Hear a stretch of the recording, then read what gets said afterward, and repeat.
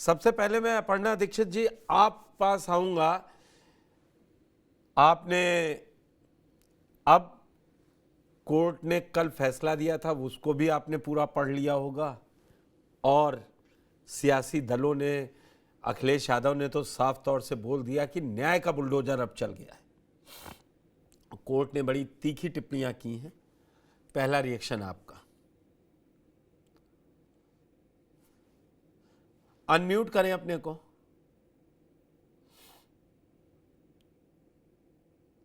आदरणीय पुष्कर सर जी, मैं सबसे पहले ये कहना चाहती हूँ कि बुलडोजर की जो कार्रवाई हुई थी वो अवैध माफिया, जो माफिया थे पुराने माफिया उत्तर प्रदेश में, उनकी सूची बनाई गई थी 60 की, आपको याद होगा। अभी भी उस सूची पर काम होता है, जो रह गया उस पर।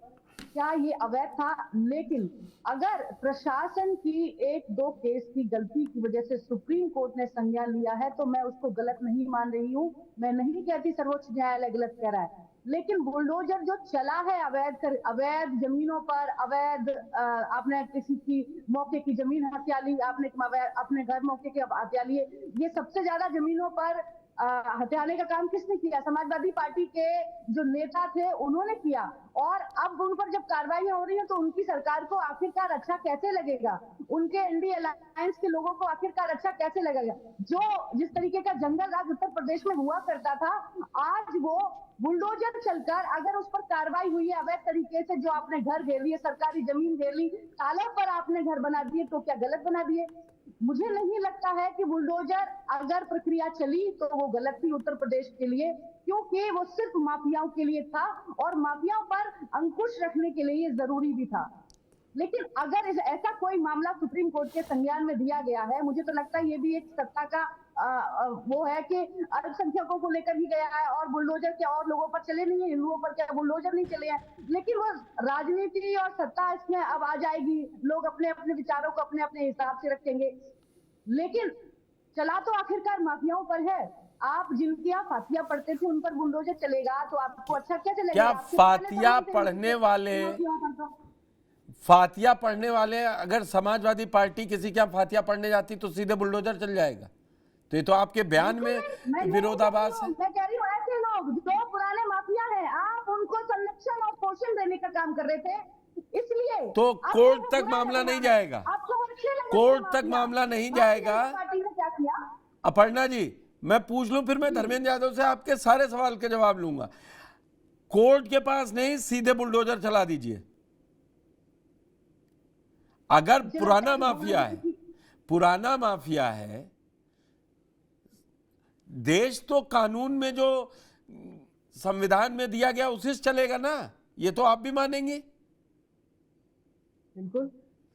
तब फिर पूरा कर लीजिए, फिर मैं जवाब दूं। मैं सिर्फ इतना पूछ रहा हूं, आपने कहा कि जो पुराने माफिया थे उनके यहां चल रहा है। भाई ये लिस्ट कहां से आरोप या कोतवाली में तैयार हुई? एसपी ने तैयार की, 75 जिलों की दे दी, कहा इनके यहां बुलडोजर चला दीजिए। ऐसा हो रहा है? बिल्कुल ऐसा नहीं हो रहा है। शासन प्रशासन जो भी कार्य कर रहे हैं वो बाकायदा, अगर किसी माफिया का सामने आया कोई मुकदमा या फिर उस पर कोई नई कार्रवाई हुई, सबसे पहले तो प्रशासन ने ये देखा कि इनके जो आचरण है, इनके जो काम करने के तरीके हैं वो क्या है। जब छानबीन हुई और बाकायदा तफ्तीश में पता लगा कि इन्होंने तो काफी सारे, कभी तालाबों पर कब्जा कर लिया, कभी सरकारी जमीनों पर कब्जा कर लिया, कभी इन्होंने किसी कमजोर व्यक्ति को देखकर इन्होंने अपनी नेता नगरी का इस्तेमाल करके इन्होंने उनका घर घेर लिया है, उन पर कब्जा कर लिया है।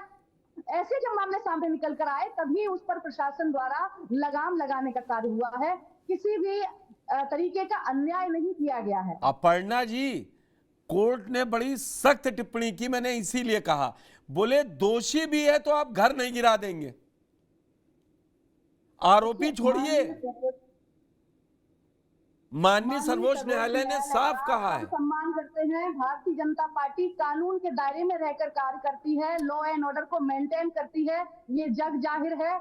अगर इस तरीके का कोई उनकी टिप्पणी आई है तो उस पर विचार करेगी जो भी हमारे सुप्रीम लोग हैं, पार्टी के माननीय मुख्यमंत्री योगी आदित्यनाथ जी भी विचार करेंगे और ये पूरी तरीके से सुदृढ़ देखेंगे व्यवस्था को कि आखिर हमसे अगर किसी अधिकारी द्वारा देखो, समझना एक चीज और होगा कि शासन प्रशासन में अलग अलग विचारधाराओं के अधिकारी बैठते हैं। अगर किसी ऐसी मंशा को रखते हुए जानबूझकर क्या कोई गलती की गई है, ये भी विचाराधीन मामला है। इस पर जब तक कोई जांच नहीं हो जाती या इस पर पूरा मामला इसको सुन नहीं लिया जाता है, तब तक कुछ भी कहना गलत होगा। अपर्णा जी, मैं बहुत छोटा सा सवाल था आपसे, और मैं जवाब आप जितना लंबा चाहें या दे सकती हैं जवाब अपना, लेकिन मैंने कहा ना कि वो अपराधी आरोपी बना, उसके बाद दोषी भी हो गया। तो अगर दोषी पर भी कहा है नहीं चला सकते हैं आप समझ रहे हैं ना? मैं बिल्कुल समझ रही हूँ, उसी के हिसाब से आपको प्रश्न का आपका जवाब दे दी। मैं वही कह रहा हूं, तो फिर सरकार इतनी जल्दी में कहां चली गई? और मैं ये मानता हूं कि 2017 से 24 के बीच आज हम जब बैठे हैं तो लॉ एंड ऑर्डर पर, मौजूदा योगी सरकार पर एक आम जनमानस का ये मानना है कि लॉ एंड ऑर्डर में ये इस सरकार की कोई सानी नहीं है।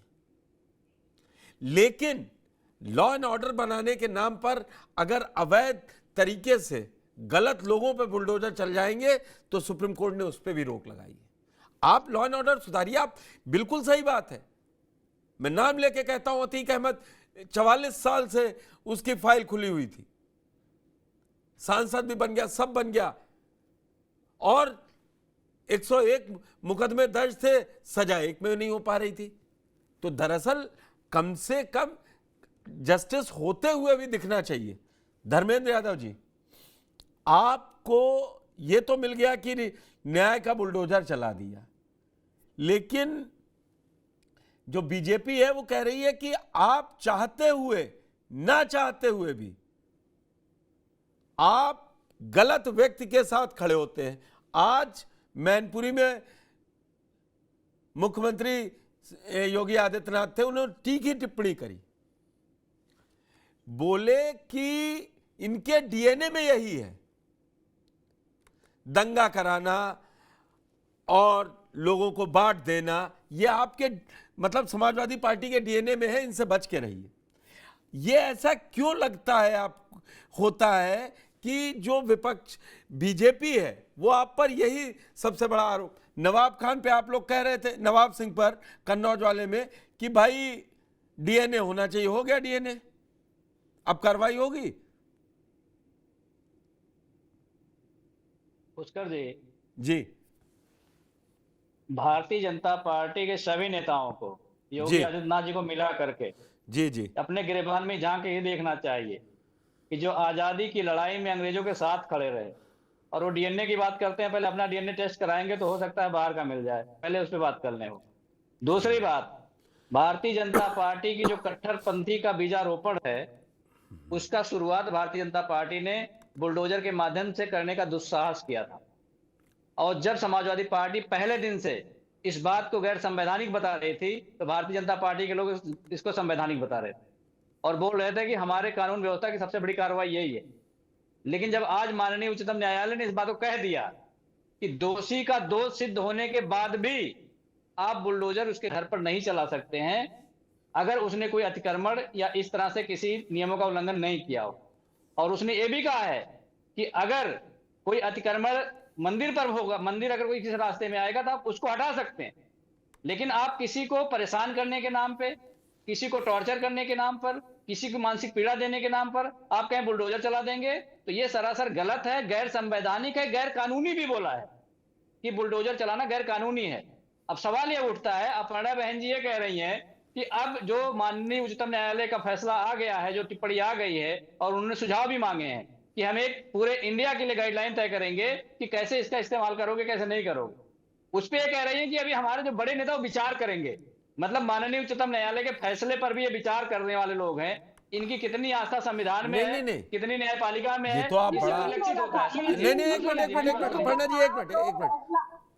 एक मिनट, अगर विचार करेंगे तो इसमें गलत क्या है? क्या कानून में ये सुविधा नहीं दे रखी है? बिल्कुल वहां सुविधा नहीं है, संविधान को मानना है, इसमें विचार नहीं करना है। आप संविधान थोड़ी ना, फैसला आया है, कई फैसले पलट दिए, उन्हीं के साथ बैठे हुए हैं। कौन? कैसी बात कह रहे हैं? आपको लगता कौन फैसला पलट देगा? कोर्ट मतलब से बुलडोजर कार्रवाई कोर्ट तो के सही आदेश करेंगे। को पलटा नहीं गया है। मैं नहीं, उत्तर प्रदेश आप के ये रेफरेंस कहेंगे- में बता देता हूं, तो आप ये कह रहे हैं कि प्रमोशन में बुलडोजर आरक्षण पर कार्रवाई क्या हो है- गया था। नहीं, आप ये कह रहे हैं कि बुलडोजर की कार्रवाई को माननीय उच्चतम न्यायालय ने गलत कहा, गैर संवैधानिक कहा, तो उसको संवैधानिक बना देगी भारतीय जनता पार्टी, ये कह रहे हैं आप? ये तो मैंने ये नहीं कहा, आपने कहा कि वो विचार करेंगे। अरे विचार क्या है, अगर आएगा कैसे उसको फॉलो करना है। और मैं ये कहता हूं, अगर उत्तर प्रदेश सरकार गलत जगह बुलडोजर चला रही थी तो कोर्ट तो तब भी खुले हुए थे ना। जमीयत का इंतजार क्यों हो रहा था? पॉलिटिकल पार्टी है आप, सबसे बड़े सूबे में राजनीति करते हैं, तो क्यों नहीं चले गए कोर्ट? क्या कोई आप कितनी बार- पांच इंसिडेंट्स कितनी बार- बताएंगे जिसमें गलत कार्रवाई की योगी सरकार ने? मैं कोर्ट का पूरा बयान है मेरे सामने। सॉलिसिटर जनरल ने कोर्ट में तो झूठ नहीं, अटॉर्नी जनरल बोला होगा। तुषार मेहता ने क्या कहा कि हमने कहीं भी द्वेष भावना से कार्रवाई नहीं की। जो भदरसा में गिराया गया बेकरी, वो गलत बनी हुई थी ना, उसको आप सही मानते हैं? अब तुषार मेहता जी को ये नहीं पता होगा, जो उत्तर प्रदेश सरकार के सॉलिसिटर जनरल हैं, बादा में मकान मालिक का घर इसलिए गिरा दिया गया था कि किराएदार की शिकायत हो गई थी। ये उनके आंख के सामने हुआ था। अब ये बात अगर किसी को दिखाई ना दे, किसी को सुनाई ना दे, किसी को समझ में ना आए, हम उसके लिए क्या कर सकते हैं? लखनऊ के खुर्रम नगर में आपने भी रिपोर्टिंग की थी, आपके चैनल पे भी डिबेट हुई थी। अबरार नगर में बता दीजिए क्यों वापस चलाया था बुलडोजर, मुझे बता दीजिए, गलत था कि नहीं था? तो नहीं, ऐसे हजारों उदाहरण भारतीय जनता पार्टी के शासनकाल में बुलडोजर कार्रवाई के हैं जो गलत हुआ है, और रोज गलत होता है, रोज गलत होता है। मैं एक वही को तो कह रहा हूं दिखाने के लिए कि समाजवादी पार्टी कर क्या रही थी? इनके खिलाफ कोर्ट क्यों नहीं जा रही थी? तो कितनी बार हाई कोर्ट में गए हैं, कितनी बार हाई कोर्ट में गए हैं? हमारे विधायक हाई कोर्ट में गए हैं, कैसी बात कर रहे हैं आप? अब आप नहीं कोर्ट उसको ने, बता दो, बात अलग है। आप देखिए, ये हो सकता है कि आपको लग रहा हो कि जिस समय चल रही है कार्रवाई, जब कोई अपराधी पकड़ा गया, चेक हुए तो उसमें गिरा है। अरे अपराधी पकड़ा गया, अपराधी गिरफ्तारी आज भी बुलडोजर पहले पहुंच गया। ये फैक्ट कैसे पता चल गया? कहां ट्रायल हुआ मुझे बता दीजिए। मीडिया ट्रायल से थोड़ा ना घर गिरा दोगे आप। बिल्कुल, मैं तो साफ कह रहा हूं, मैं आपसे भी तो वही तो उतनी मैं कह रहा हूं। आज आप गिरफ्तारी, आज जैसे पेपर लीक में किसी को पकड़ा आज आपने, और उसके बाद अगले दिन घर गिरा दिया उसका। अब घर उसके नाम से है कि नहीं है? उसके पिता के नाम से है। कौन अधिकार देता है घर गिराने का, मुझे बता दीजिए आप। तो भारतीय जनता मतलब पार्टी आप, जो नेता पकड़े जा रहे हैं, अब सुनिए पहले, बनारस में जो 3 लोगों ने बेटी के साथ रेप किया, उनके घर तो नहीं गिरे आज तक। कुलदीप सिंह सेंगर के घर तो नहीं गिरे, चिन्मयानंद के घर तो नहीं गिरे, साक्षी महाराज के घर तो अपर्णा नहीं गिरे। दीक्षित, दोनों लोगों को बता दीजिए, पूछ रहे हैं अपर्णा दीक्षित। आप कह रहे हैं कि सिर्फ और सिर्फ मुस्लिमों पर या अल्पसंख्यकों पर। उन्होंने ये नहीं कहा, उन्होंने दूसरा सवाल पूछा है। धर्मेंद्र यादव जी का कहना है कि इन लोगों के ऊपर क्यों नहीं चला। बीएचयू की घटना छोटी, बता देती हूँ, मेरे पास मैं बता दूं आपको। 2023 को ललितपुर के मारवाड़ा के बीजेपी के अल्पसंख्यक मोर्चा के उपाध्यक्ष थे, उनके घर पर अवैध कॉलोनी पर चला था बुलडोजर। बीजेपी विधायक बरेली के, उनकी अवैध कॉलोनी बनी थी, उस पर चला था बुलडोजर।